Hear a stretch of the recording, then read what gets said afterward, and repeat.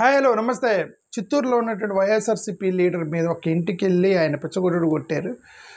అతని మీద దాడి చేసి ఇంట్లో ఉన్నటువంటి ఆ సామాను మొత్తం కూడా దౌర్జన్యం చేసి పగలగొట్టారు తెలుగుదేశం కార్యకర్తలు అని చెప్పేసి మనకైతే ఒక సమాచారం అందుతుంది. అంటే ఇటు ఫండమెంటల్గా మనకు ఒక క్వశ్చన్ మనకు అర్థం కాని విషయం ఏంటంటే, సోషల్ మీడియాలో పోస్ట్ చేస్తే వాళ్ళని మీరు సోషల్ మీడియాలో పోస్ట్ చేసిన వాళ్ళని తీసుకెళ్ళి అరెస్ట్ చేసి ఎందుకని అరెస్ట్ చేశారంటే చట్టం తన పని తాను చేసుకుపోతుందని చెప్తున్నారు. జగన్మోహన్ రెడ్డి గారికి ఎందుకంటే మీరు ప్రతిపక్ష హోదా ఇవ్వలేదు అంటే we're going as per law, చట్టమే మాకు చాలా ఇంపార్టెంటు, మేము మమ్మల్ని చట్టాలను ఉల్లంఘించమంటారా అని చెప్పి ఉన్నాయన పెద్ద పెద్ద ప్రసంగాలు ఇచ్చారు కదండి. మరి ఈ విధంగా ఇళ్లలోకి వెళ్ళి కొడితే మరి దాన్ని ఏమంటారు? వీళ్ళు దౌర్జన్యం చేసి కొట్టి వాళ్ళ మీద మనం దౌర్జన్యం చేస్తే మరి దాన్ని ఏమంటారు?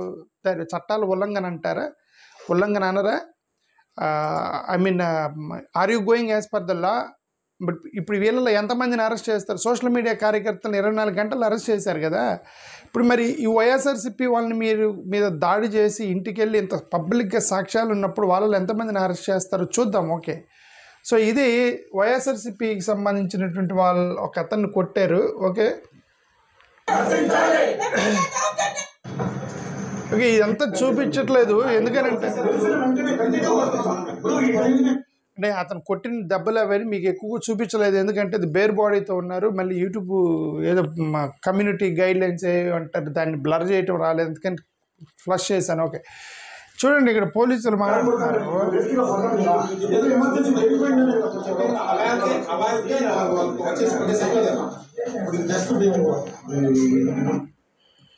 మరి పోలీసులు వచ్చారు.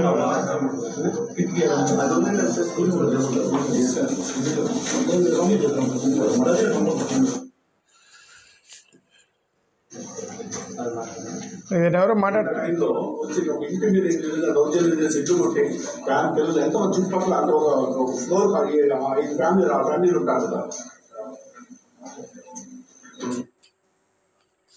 అది ఇంటి మీదకి వచ్చి దౌర్జన్యం చేశారు.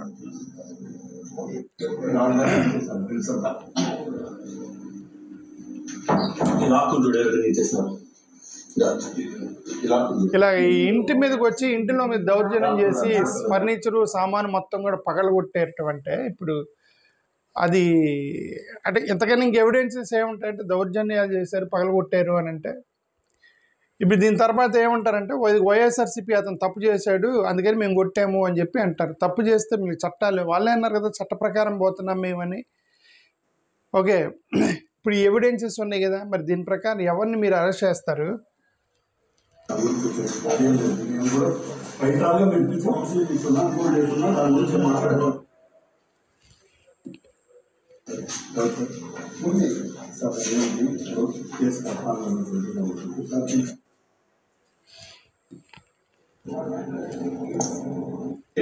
మొత్తం ఇచ్చేసి నిధులతో కూడా కేసు లోపల చేసింది. అది కూడా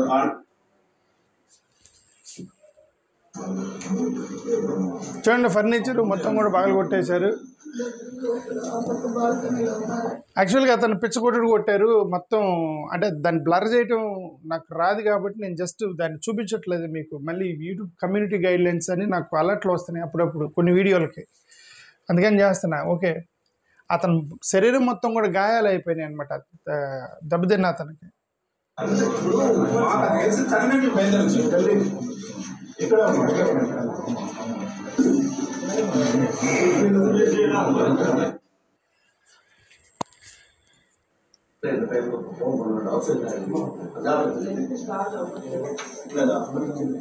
చూడండి, గ్లాస్ దివాన్ మొత్తం పగలగొట్టేశారు హాల్లో ఉన్నదాన్ని.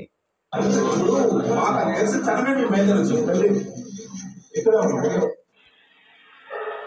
ఏదైతే సీసీ కెమెరా వాళ్ళు ఎంటర్ అయ్యేటప్పుడు సీసీ కెమెరా చూపిస్తుంది.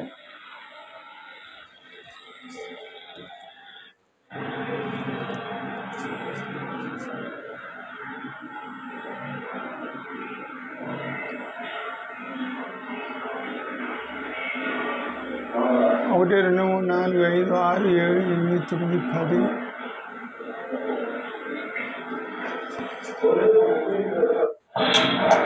మొత్తం 10 మంది వచ్చేసారండి.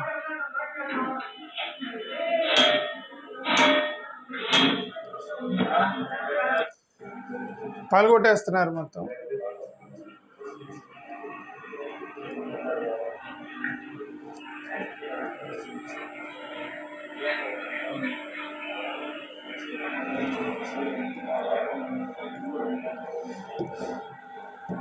సో ఇది మ్యాటరు.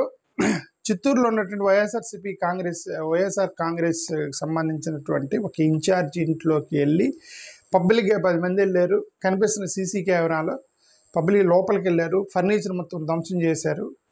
మరి ఆ 10 మందిని అరెస్ట్ చేశారా లేదా అనేది మనకైతే తెలియదు. ఇప్పుడు వాళ్ళ ప్రభుత్వం కాబట్టి వాళ్ళ ఎమ్మెల్యే హస్తం ఉందని చెప్పి వీళ్ళు ఎలిగేషన్ చేస్తున్నారు. మాకు న్యాయం చేయండి అని చెప్పేసి వాళ్ళు వైఎస్ఆర్సీపీ వాళ్ళు గొడవ చేస్తున్నారు చిత్తూరులో.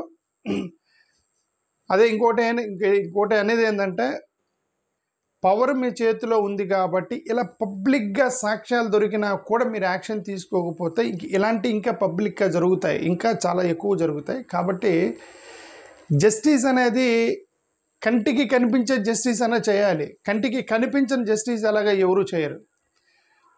ఎందుకంటే సత్యహరిశ్చంద్రులు ఎవరు ఈ భారతదేశంలో ఉన్నారో లేదో మనం ఏళ్ళ మీద లెక్క పెట్టచ్చు. ఓకే, నిజాయితీగా నిలబడేవాళ్ళు.